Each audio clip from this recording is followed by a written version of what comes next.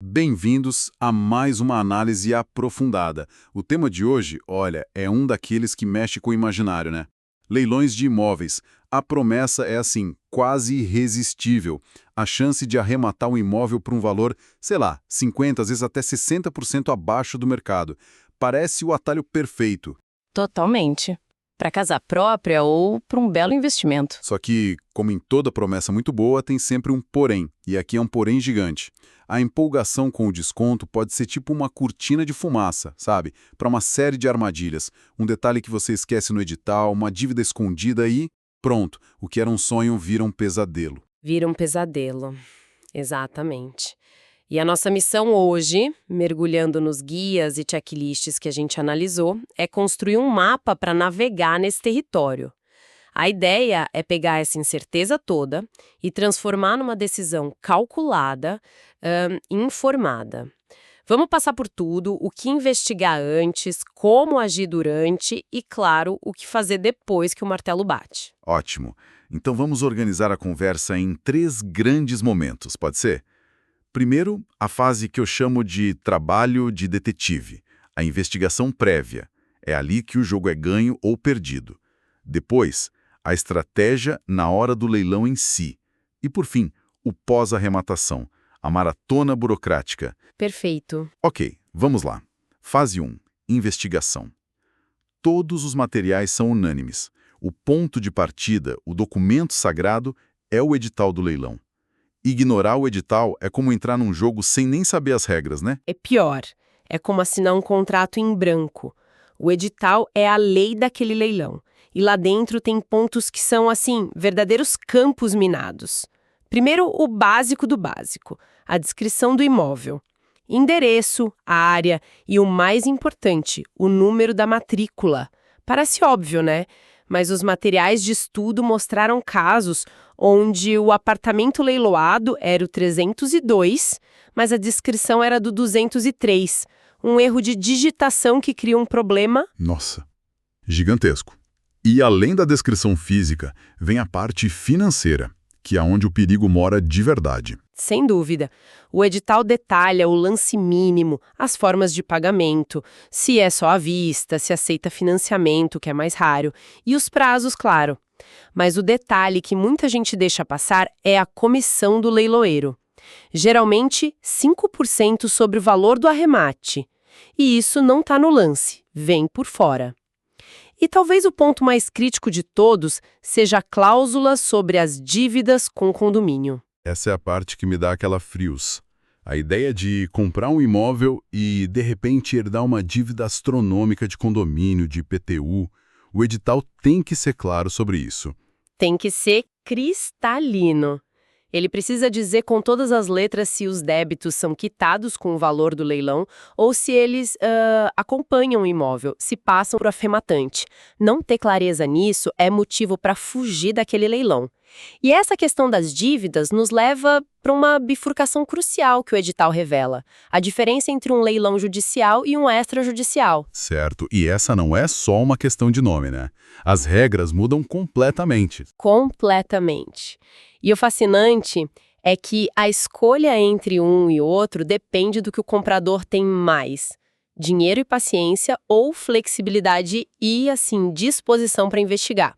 Um leilão judicial que vem de um processo na justiça geralmente exige pagamento à vista. O dinheiro tem que estar na mão, rápido. A grande vantagem é que, na maioria das vezes, dívidas como IPTU e condomínio são pagas com dinheiro do próprio leilão. O juiz determina isso. O lado negativo é a lentidão. Tudo depende de despacho judicial e a transferência da propriedade pode demorar meses. Entendi. Então, no judicial, mais segurança com as dívidas, mais precisa de grana e paciência. E o extrajudicial? O extrajudicial é o oposto. Geralmente, há um banco que promove quando alguém não paga um financiamento. A vantagem é a agilidade. O processo é mais rápido e, como é o banco vendendo, muitas vezes ele mesmo oferece financiamento. Dá até para usar FGTS às vezes. O problema, nesses casos, quase sempre as dívidas anteriores, IPTU, condomínio, ficam por conta de quem compra. A flexibilidade tem um preço. Um preço que precisa ir para a ponta do lápis, certo? Depois de dissecar o edital, o próximo passo do nosso detetive é pegar aquele número de matrícula e ir atrás do documento. As fontes que a gente leu descrevem a matrícula como a identidade do imóvel, o histórico médico completo. É a analogia perfeita. A matrícula conta toda a história. E ao ler esse histórico médico, a gente procura por sintomas na seção de ônus e gravames. Palavras como penhora, hipoteca, usufruto. Encontrar uma dessas não significa que o negócio é ruim, mas acende um alerta vermelho, sabe? Uhum. Uma penhora antiga pode ter sido resolvida, mas uma hipoteca ativa para um outro banco, isso pode melar o processo de transferência. E a matrícula também serve para conferir se o que está sendo vendido é o que você pensa que está comprando, né? Tipo a vaga de garagem. Exatamente, a vaga de garagem é um exemplo clássico. O edital anuncia apartamento com vaga. Daí você pega a matrícula do apartamento e a vaga não tá lá. Isso pode significar que a vaga tem uma matrícula própria separada. Se você não arrematar as duas, compra apartamento e fica sem a vaga. Nossa, um detalhe que pode custar dezenas de milhares de reais. Pois é. Falando em custos inesperados, vamos voltar para as dívidas. Mesmo que o edital diga algo, os guias recomendam uma verificação tripla, né? Não confiar cegamente. Nunca. Confiar e checar. Para o IPTU, o caminho é ir na prefeitura ou no site e pedir uma certidão negativa de débitos. É o único documento que garante. Já para as dívidas de condomínio, a situação é ainda mais delicada. Espera aí, deixa eu ver se eu entendi um ponto que me chocou nos materiais. A lei diz que a dívida de condomínio é propter rem, certo? Isso, propter rem. Ou seja, ela pertence ao imóvel, não à pessoa. Quer dizer que se eu comprar um apartamento em leilão, a dívida de anos do antigo morador pode virar minha. Isso parece uma armadilha enorme. E é uma das maiores. Por padrão, a dívida acompanha o imóvel. A única coisa que muda essa regra é uma determinação explícita no edital. Ele tem que dizer que os débitos de condomínio serão quitados com o valor do arremate. Se o edital não falar nada ou disser que as dívidas são por conta do comprador, você herda o problema. Por isso é essencial, antes do leilão, ligar para a administradora, falar com o síndico e pedir uma declaração de débitos. Saber se a dívida é de 5 mil ou 100 mil muda tudo. Muda completamente o cálculo. O que nos leva a outro ponto muito prático. Saber se tem alguém morando no imóvel. Desocupado é um cenário, ocupado é o outro jogo. E essa informação pode definir se o negócio vale a pena ou não. O imóvel desocupado é o sonho. Você regulariza a documentação e pega as chaves. Agora, um imóvel ocupado. Aí você compra um imóvel e um problema para resolver. E os custos para resolver isso não são pequenos. De jeito nenhum. Você vai precisar de um advogado para entrar com uma ação de imissão na posse. Isso envolve custas judiciais, honorários e o principal custo é o tempo. Um processo desses pode levar de 6 meses a mais de 1 ano.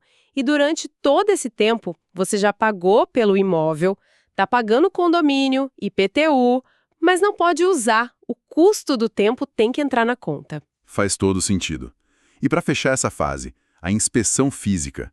Tentar ver o imóvel, o que nem sempre é possível em leilões, né? Na maioria das vezes não é, especialmente se estiver ocupado. Mas não poder visitar não significa comprar às cegas. Primeiro, vá até o local. Olhe a fachada do prédio, a vizinhança, use o Google Street View para passear pela área. Converse com o porteiro, com vizinhos e, principalmente, tente estimar o custo de uma reforma. Um prédio de 40 anos certamente vai precisar de modernização. Isso precisa ser orçado. Perfeito. Então, depois de todo esse trabalho de detetive, chegamos à segunda fase, a estratégia.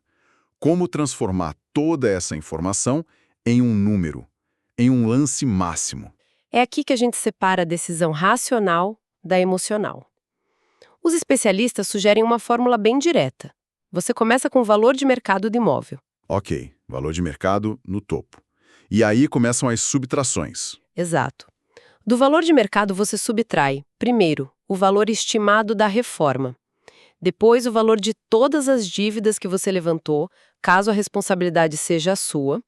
Subtrai também os custos com a documentação, como o ITBI e registro, que dá uns 5% do valor do arremate. E, por fim, o mais importante. A margem de segurança.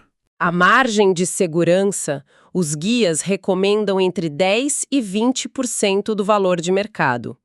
Essa margem não é só uma gordura para imprevistos. É o seu lucro. É o motivo pelo qual você está fazendo isso. O resultado dessa conta toda é o seu lance máximo. Ponto final. E com esse número mágico em mãos, a preparação para o dia do leilão não é só mental, tem uma logística, né? Com certeza. O checklist é bem prático. Se o leilão for online, faça o cadastro na plataforma com dias de antecedência. Teste o login. E um passo que muitos esquecem. Poucas horas antes do leilão, verifique o andamento do processo judicial. É muito comum o devedor fazer um acordo de última hora e o leilão ser suspenso. Nossa, imagina a frustração. E ter o dinheiro pronto, claro. Fundamental. O sinal, que é uns 20% a 25%, mais a comissão do leiloeiro, tem que ser pago em 24 horas. O dinheiro tem que estar disponível. Chegou a hora H. O leilão está rolando, os lances começam a subir, a adrenalina bate. Como não perder a cabeça? A palavra-chave é a disciplina. A regra número 1, inquebrável, é: jamais ultrapasse o seu lance máximo calculado. É muito fácil ser pego pela maldição do vencedor, sabe? O desejo de ganhar a disputa a qualquer custo. Você entra numa batalha de egos e, quando vê, pagou mais do que o imóvel vale. Lembre-se, o objetivo não é ganhar o leilão, é fazer um bom negócio. Se o preço passou do seu limite, o negócio deixou de ser bom. Deixe ir. E sobre a tática de dar lances? É melhor começar forte ou esperar até o final? Existem várias escolas. Tem o intimidador, que dá lances altos no começo para assustar. Raramente funciona e só inflaciona o preço. A tática mais recomendada é a do sniper. Você observa, fica quieto e só nos últimos segundos, quando o leiloeiro começa o "dou-lhe uma", você dá o seu lance. Isso desestabiliza quem achava que já tinha ganhado. Mas, de novo, sempre dentro do seu limite. Ok, a estratégia funcionou, o lance foi o vencedor, o leiloeiro bate o martelo. Muita gente acha que a parte difícil acabou, mas, na verdade, é o início de outra jornada. Exatamente. Começa a terceira fase. E aqui os prazos são fatais. Como a gente disse, o pagamento do sinal e da comissão é imediato. O restante do valor tem um prazo definido no edital, 15, 30 dias.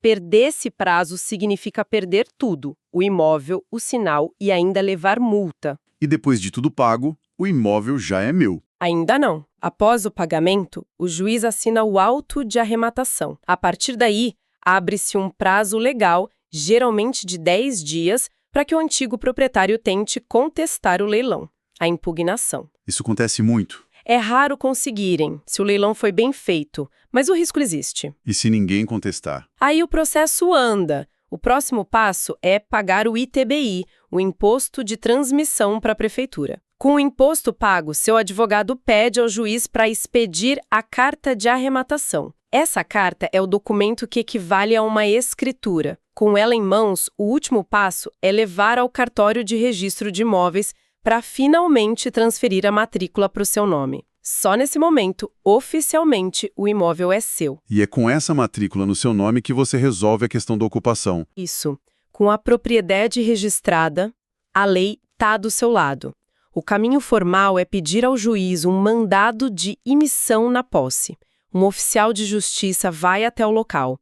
Mas todos os guias concordam. Antes da força, tente a conversa. Uma negociação amigável pode ser muito mais rápida e barata. Oferecer um prazo, uma ajuda de custo, resolve em semanas, não em meses. Então, juntando todas as peças, fica claro que a oportunidade nos leilões é real, mas o desconto não é um presente, né? Na verdade, ele é o pagamento pelo seu trabalho de detetive, pela sua disciplina e pelo risco que você decide assumir. Definição perfeita. O desconto não está no preço do martelo, mas no resultado final de toda a operação. E a análise prévia, essa fase de investigação, é o seu principal seguro. Cada documento verificado, Cada conta feita é uma camada de risco que você remove. Um erro de análise na primeira fase pode custar muito mais do que a economia do lance. Confiança não vem de otimismo, vem de preparação. E isso nos deixa com uma reflexão final. Os guias que a gente analisou nos dão um roteiro técnico impecável para mitigar os riscos. Eles nos ensinam a calcular, a verificar, a planejar. Mas depois de toda essa preparação, quando o leilão começa, a batalha muda de campo. Deixa de ser uma análise de papéis e vira um teste psicológico. A questão que fica é, como a sua disciplina, tão bem construída, vai se comportar diante da adrenalina e da emoção de uma disputa ao vivo? No fim das contas, a batalha mais difícil talvez não seja contra os lances dos outros, mas contra o nosso próprio impulso de querer vencer a qualquer custo.